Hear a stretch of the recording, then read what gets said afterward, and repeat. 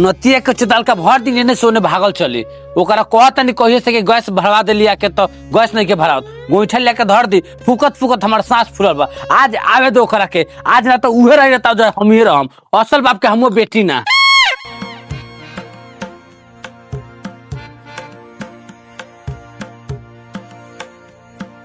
का ये हमर धनिया खाना उना बनल कि भूखले गार चियार के मर जाई हो।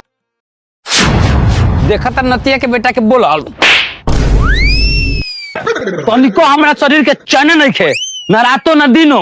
आ तारा खा के चाहे खीर और रात में पनीर, एक लत मारा मन उबाउसिर हो जाए।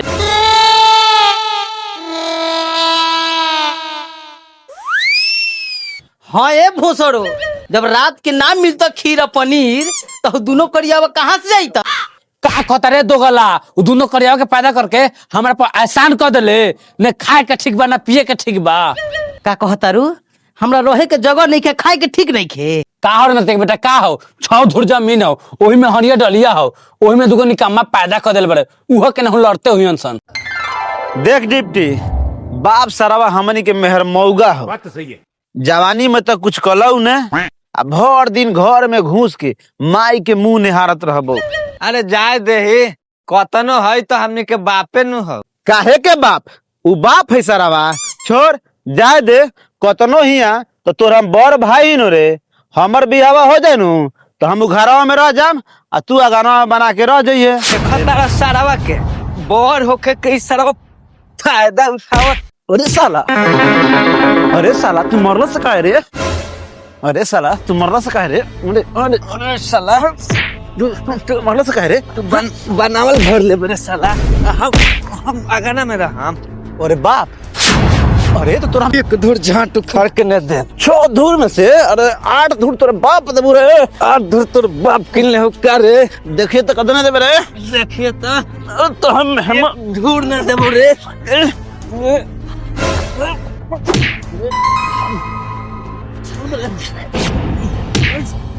बाप पे चलते झगड़ा करते रे।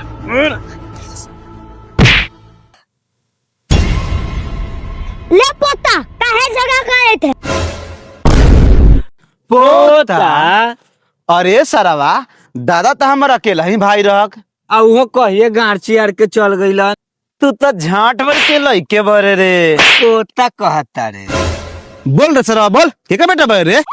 देख बाबू, हाँ बाबू को ई चली। हमें कहे के ई मतलब बा तो दादा दू भाई रहन। उनकर जन्म 1970 में भइल आ हमर जन्म 2016 में भइल। तब तो के का जानल स?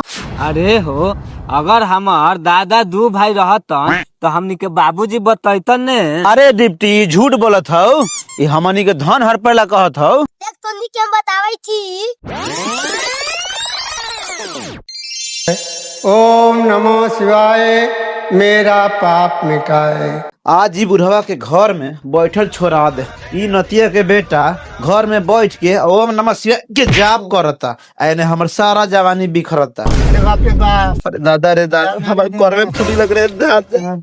ई नतिया के बेटा बियाह करे गई रह तो मूछ दाढ़ी रंग के गई रह कि हम जवान लागत हिया। अब न हमरा पता चल कि बुढ़ाट बा। अब बतावा ये दादा, हमारी जवानी कैसे संभाली रहे बा। ये अब हम नतिया पने हम चलन। मम्मी मैं छोड़ के ना जो तुम कैसे ला हम लोग साथे ले चल। का कही रे बेटा, हमर किस्मते के दोष बा। बतावा त ना सुघर बेटा अलग होके पड़त। जो रे बउआ, तू बाबूए के संगे रही है जो। ये बाबूजी ना माथ के चकम के क्लास में गेला हम। बेटा घबरा मत, गांव में हमार पुरानका घर बा, ओजा जगह जमीन सब बा। ओजा कोई से पूछब कि पेटहा खानदान के घर कौन बा, केहू बता दी। बेटा अब हमू चलनी हरिद्वार, अब तू जा।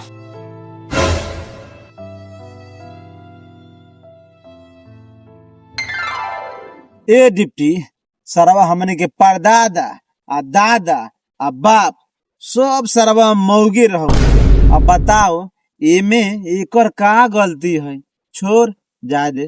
हाँ तो तोहर माई कहाँ बिया? उतरी ने माई छोड़ के भाग गए, बाप चल हरिद्वार। तब चलो 100 धुर बा, 2 धुर तू लिया, 2 धुर हम, 2 धरी।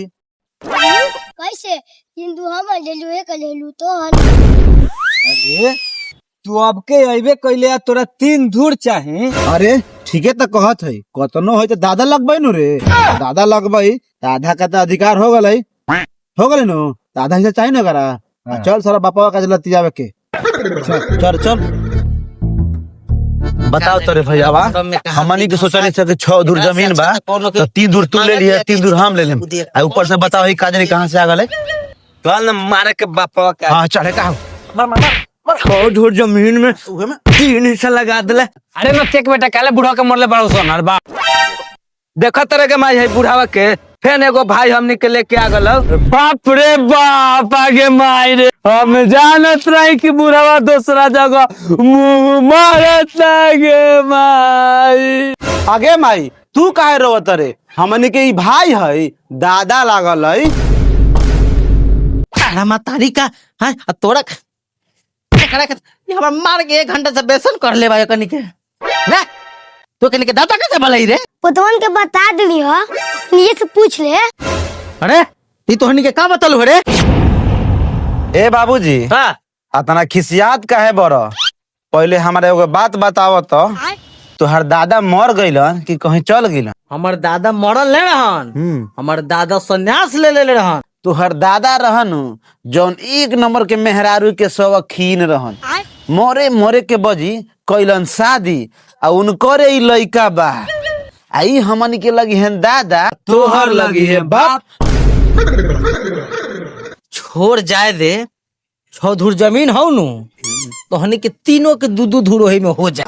ले लुक, 2 दूर कैसे ले? आधा के हक डाली, 3 दूर हमल होई। बात तो सही है। चल जाए दे, तोहनी के दोनों भाई के 1.5 धूर होई नु, वही में बटा ली हस। माई गे माई, हमर दोनों बेटा के जिंदगी खराब हो गई गे माई।